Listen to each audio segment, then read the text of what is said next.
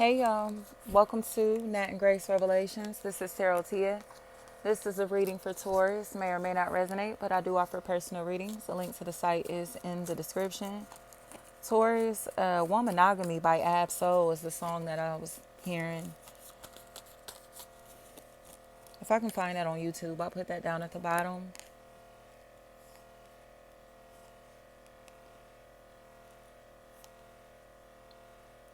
Things seem to be falling apart, like you're going through like an emotional breakdown, or you're witnessing someone go through an emotional breakdown. And this is someone that you love unconditionally. I think there's a karmic situation, a karmic cycle that's coming to a close, a karmic cycle of sadness and depression.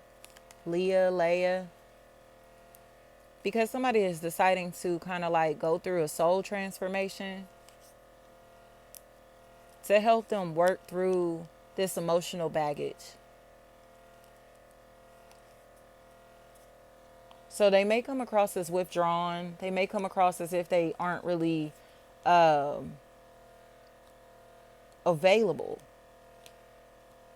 They may come across as very absent emotionally. But this is because of depression and sadness. It's been excessive, because it's gone from like depression to just darkness. Like just darkness. It's gone from sadness to, oh, my feelings are hurt, to just darkness. And I think someone and others in this situation know that they push this person to lose their mind, or push this person to feel like they don't matter, or none of this shit matters. Like these opportunities, these relationships, this money, this whatever this is, this job, this career, whatever it is, they feel like nothing matters. Like, don't nothing matter. Nothing means anything, right? You get what I'm saying? Especially their time, money, energy, attention, or loyalty. Being a good person, possibly. Like, it don't mean shit. It's almost one of them situations to where you feel like being a good person don't get you nowhere in life. You know what I mean? Because this physical realm is so harsh. But this is Satan's realm. You know what I mean? Satan has dominion over this realm. So it's kind of like it's very rare that you come across as pure-hearted people. It's very rare that you come across people with good intentions all the time. You know what I mean? Like, it's just like, when you're a good person, that you are typically the minority where you are. You know what I mean? If you drop $100 on the ground behind you, is the person gonna pick it up and hand it to you?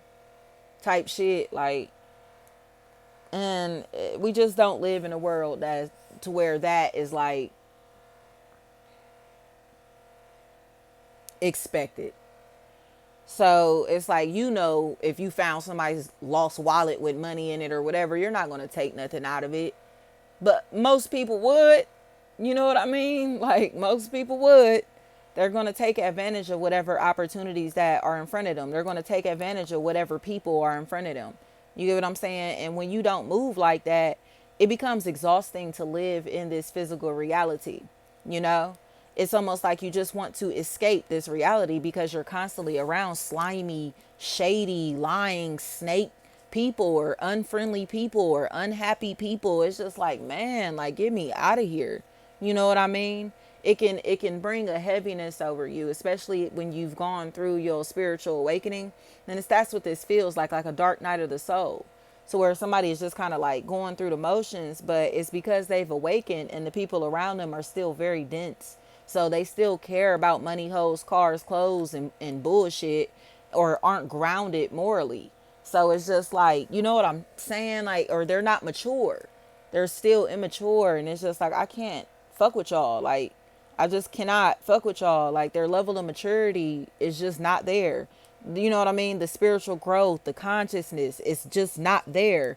The unconditional love is not there. So it's just like, instead of being sad about it, you learn to accept it and learn to feel yourself with that energy.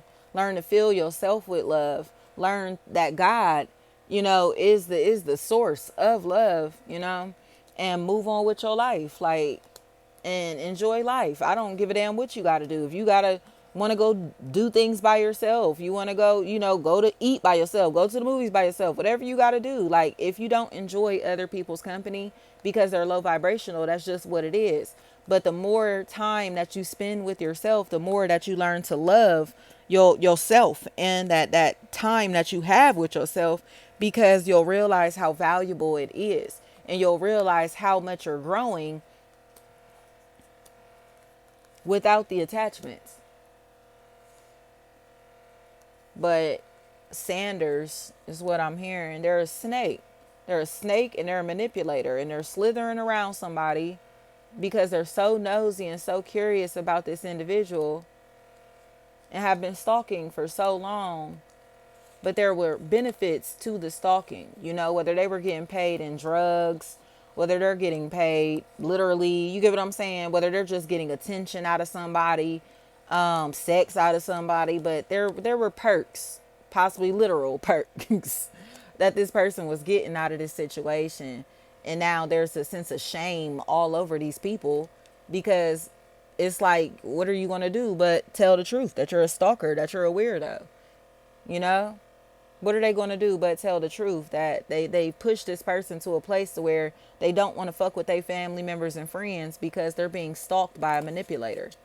It's like you push this person to a place to where they don't feel comfortable being around nothing or nobody because of your stalker behaviors, because of your weird ass behaviors.